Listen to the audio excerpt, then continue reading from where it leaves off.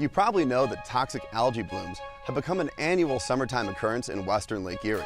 Measures have been taken to prevent or shrink the blooms, but one factor that fuels them has been growing.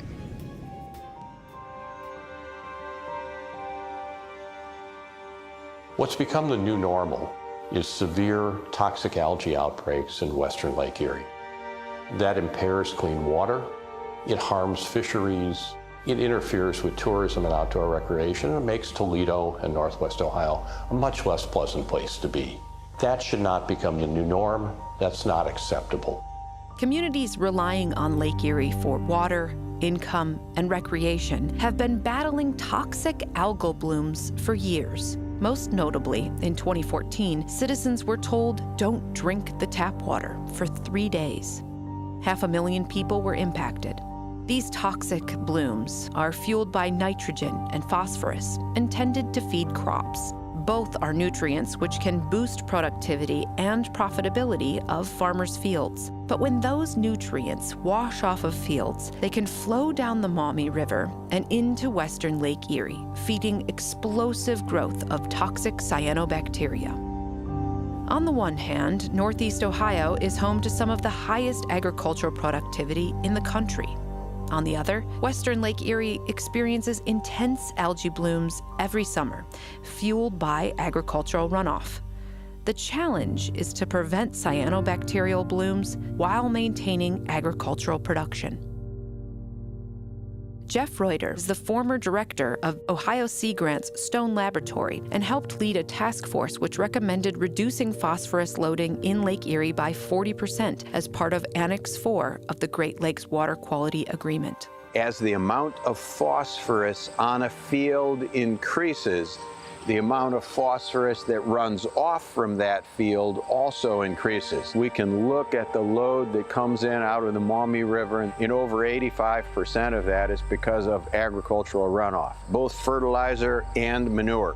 A growing amount of that manure comes from CAFOs, concentrated animal feeding operations. CAFOs can house thousands of animals and, by some estimates, produce as much waste as the cities of Chicago and Los Angeles combined in the Maumee watershed. That's CAFOs, that's concentrated animal feedlot operations with thousands and thousands of chickens and pigs and cattle. That manure is then spread on fields where it runs off, gets into the tributaries which go into the Maumee River, and then make their way into western Lake Erie.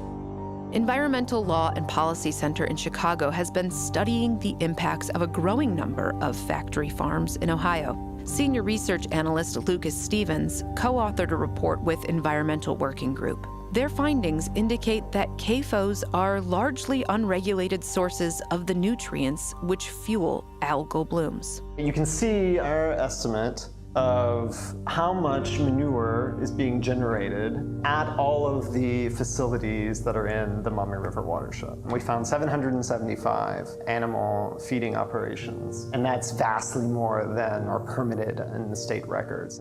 Raj Bhajankawar is a physical scientist at the International Joint Commission. He helped lead the IJC report on reducing phosphorus loading in Lake Erie.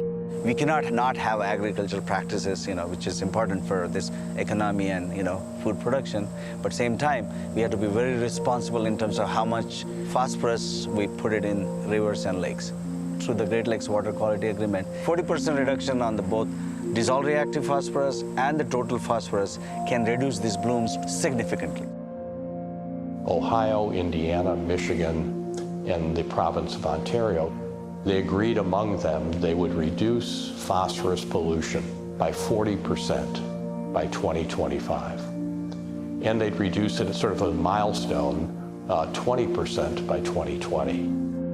Yvonne Lasico is Ohio Farm Bureau's Vice President of Public Policy, which represents farmers and agricultural interests at the state and federal levels. There's a lot of voluntary measures that farmers are undertaking, and then in addition, there's voluntary measures and research and programs that those farmers' member organizations like Farm Bureau are undertaking. We've been working collectively, not just with other farm groups, but with environmental groups and conservation groups, and figuring out how do we create baselines and how do we determine what are these best management practices that we can help farmers incorporate on their farms. These are the best management practices, but these are all voluntary based. Nobody's enforcing them. There is no regulatory mechanism saying, hey, you can't do this. And so the voluntary measures are ones that farmers, usually on their own dime, are looking at and saying, this is something that will work for my farm. This is either going to reduce how much phosphorus I have to put on, which is a cost savings, and this is going to reduce then how much phosphorus is coming off. But according to Jeff Reuter, phosphorus reduction in the Maumee River has not materialized. Will voluntary measures be enough? We've been trying to do it up till this point entirely voluntarily. And we've been trying to do this now for 10 years. So here we are at the end of 2019. Not only can we not see any we see zero progress. Sandy Bin is the executive director of Lake Erie Waterkeeper. Her group believes not enough focus has been put on CAFOs and their nutrient contribution to the watershed.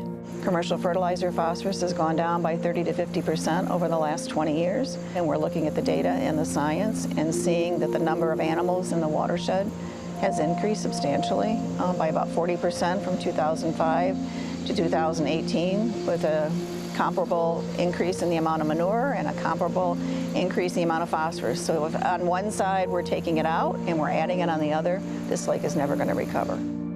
So in terms of them being mostly voluntary measures, that's actually not really the case. There are a lot of regulated items out there, including if you're a concentrated animal feeding operation, you have to have a permit to install and a permit to operate on an ongoing basis. While there are regulations governing CAFOs, other farms fall just below the threshold of CAFO designation and avoid regulations altogether. To be designated as a CAFO, if you're a dairy operation, you have to have at least 700 cows. If you're a hog operation, you have to have at least 2,500 pigs. Chickens, you've got to have at least 1.25 million chickens. There are certain regulations that you have to comply with. So if you have 2,499 hogs rather than 2,500, then you can do whatever you want. You don't have to have a nutrient management plan in place to prevent you from spreading too much manure on your fields. You're simply not regulated if you're below that size. If they take their manure off-site, called distribution and utilization, they don't have to tell us where it goes. They don't have to tell us how many acres. So there's a huge discrepancy in that.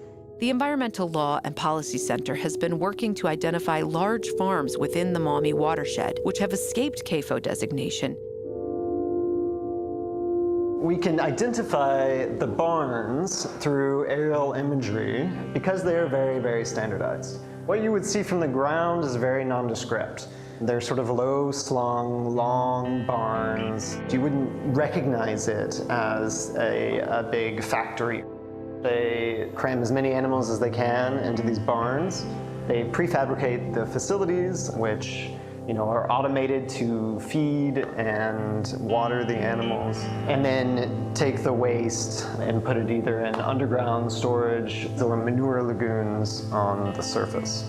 The number of animals within these facilities has been increasing at the same rate that the dissolved reactive phosphorus has been increasing over the past 2 decades.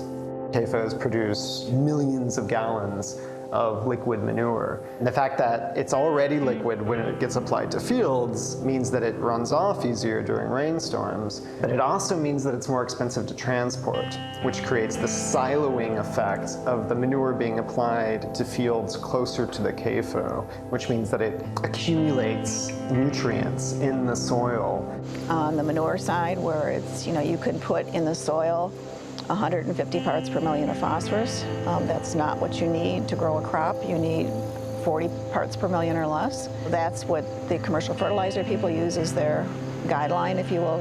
Well, the problem is that our current guidelines allow too much manure to be applied, more than is needed for maximum crop production. So rather than fertilizing with the manure, really what we're doing is waste disposal.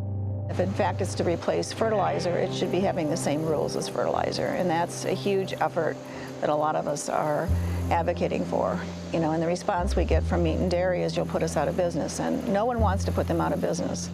Is it possible to reduce phosphorus levels to prevent algae blooms and have farmers make a living while producing our food?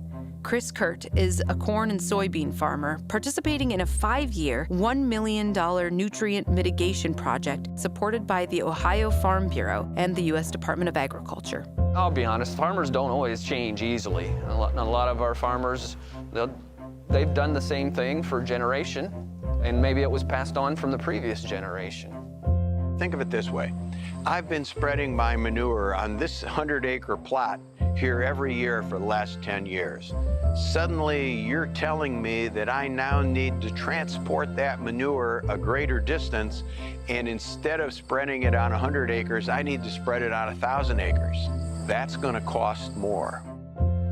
So if you ask a farmer, can they do more? And most of them are going to say, yes, tell me what to do. And then they're probably going to ask you, how am I going to pay for it? Because our margins are pretty thin as it is. So that funding issue is something that I think as a group, both farm and non-farm, we're probably going to have to work together to figure out. How do we help them cover that cost of transporting the manure a greater distance and spreading the same amount of manure on a greater number of acres? They can do it voluntarily, we can give them incentives and disincentives, or we can create regulations to make them do it. Whatever we do, we're probably going to have to help them financially. Joe Hammond is an organic dairy farmer who's been certified since 1997. He says the pressures on small farmers is immense to acquire more land and produce more per acre. And that as more farmers succumb to the pressures to grow bigger, maybe even to the CAFO level, the quality of the product and impacts to the environment will suffer. Well, what we were talking about is the ability to vote through your dollar.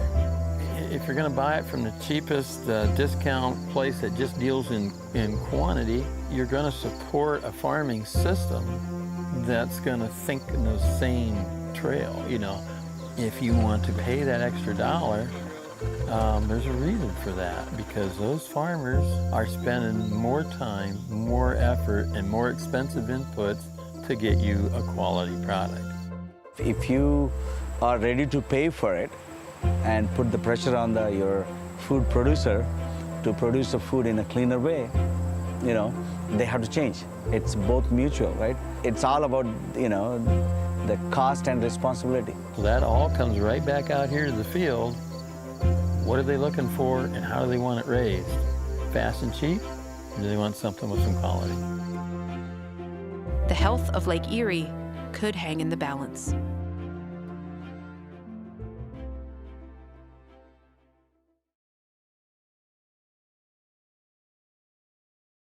At Great Lakes Now, we aim to cover the Great Lakes region and the people who live here, like you. Please follow us on social media, subscribe to our YouTube channel, and sign up for our newsletter at greatlakesnow.org.